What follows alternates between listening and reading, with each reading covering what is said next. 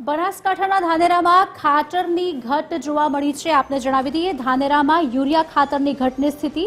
વહેલી સવારથી વરસાદી માહોલ વચ્ચે ખેડૂતો લાઇનમાં ઉભા રહ્યા। 50 પોઈન્ટ પૈકી એક જ જગ્યાએ ખાતરનો સ્ટોક હાજર હતો। એક બાજુ ખાતરની જરૂરિયાત અને બીજી બાજુ ઘટ। ખાતરની ઘટને સર્જાતા ખેડૂતોમાં ચિંતા વધી રહી છે। લાખણી બાદ ધાનેરામાં યુરિયા ખાતર માટે ખેડૂતોએ લાંબી લાઈન લગાવી છે।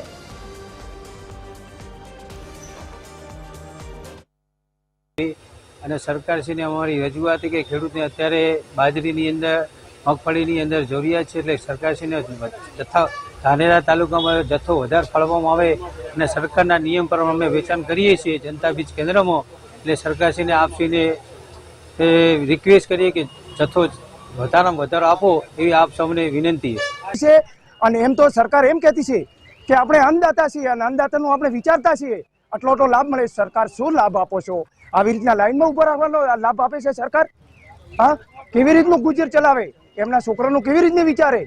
કશું વિચાર તો કોઈ નથી, બરાબર?